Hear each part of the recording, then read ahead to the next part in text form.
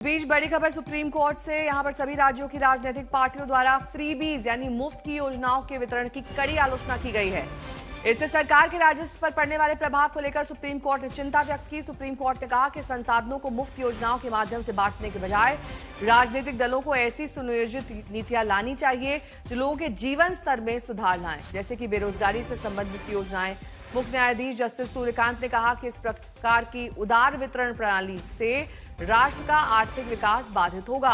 न्यायालय ने स्पष्ट किया कि यह मुद्दा किसी एक राज्य तक सीमित नहीं है, बल्कि देश के सभी राज्यों से संबंधित है।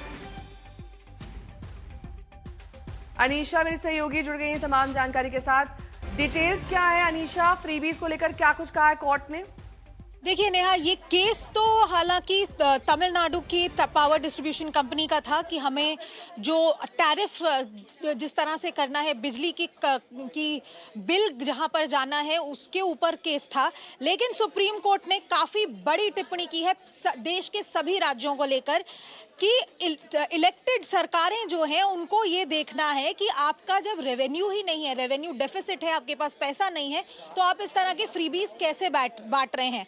आप अगर आपके बजट में ज्यादातर आपका बजट जो है या तो सैलरी देने में अपने एम्प्लॉयज को या फिर इस तरह की सब्सिडियां देने में जा रहा है, तो डेवलपमेंट पर यानी कि विकास पर आप कहां से खर्चा करेंगे। आप स्कूल बनाइए, सड़कें बनाइए, अस्पताल बनाइए, लोगों को इतना मजबूत कीजिए कि वो भारत के विकास में योगदान दे सके, अपनी जिंदगी के विकास में योगदान दे सके।